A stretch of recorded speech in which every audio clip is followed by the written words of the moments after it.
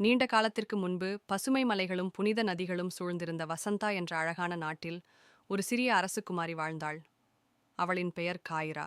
அவளது கூந்தல் கார் மேகங்களைப் போல கருப்பாகவும் அவளது புன்னகை மேகமூட்டத்தையும் விளக்கவல்ல ஒளியாகவும் இருந்தது. அவள் பட்டு வஸ்திரங்களும் தங்க நகைகளும் அணிந்திருந்தாலும் அவளது உண்மையான அழகு அவளது மனதில்தான் இருந்தது. அரண்மனையின் மாடத்திலிருந்து காய்ரா கீழே உள்ள சுந்தரபூர் கிராமத்தை பார்க்கவே விரும்புவாள்.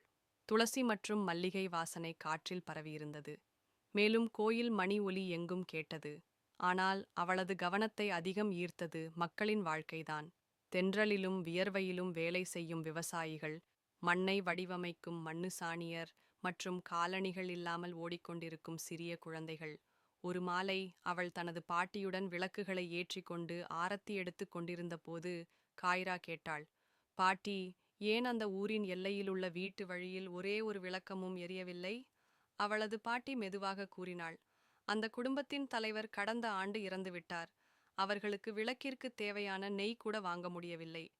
இதை கேட்ட காய்ராவின் கண்கள் கனிந்தன. மறுநாள் காலை அவள் அரண்மனைக்குள் சென்று பட்டுவாரி ஒருவரிடம் கிராமத்திற்குச் சென்று உதவ வேண்டுமென்று கூறினாள்.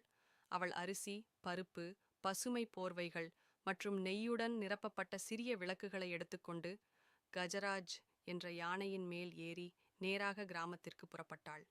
மக்கள் ஆச்சரியப்பட்டனர்.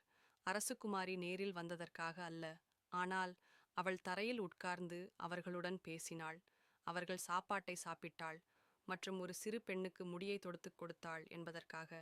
காலத்தால் காய்ரா ஒரு சேவை சபையை உருவாக்கினாள். இது உதவி தேவைப்படுவோருக்காக செயற்பட்டது. அவள் வறண்ட ஊர்களில் கிணறுகளை கட்டினாள், நோயாளிகளுக்கு மருந்துகளை கொண்டு வந்தாள், மேலும் சிறுமிகள் படிக்க வண்ணமயமான நீம மரங்களின் கீழ் பள்ளிகளை அமைத்தாள். வசந்தா முழுவதும் அவளது கருணையின் கதைகள் பரவின. நாட்டுப்புற பாடலாசிரியர்கள் அவளது நற்பெயரால் பாடல்கள் பாடினர். கோயில்களில் அவளது ஆயுளுக்காக பூஜைகள் நடத்தப்பட்டன. பல ஆண்டுகளுக்குப் பிறகு காய்ரா மக்களால் நேசிக்கப்பட்ட அரசியாக மாறினாள்.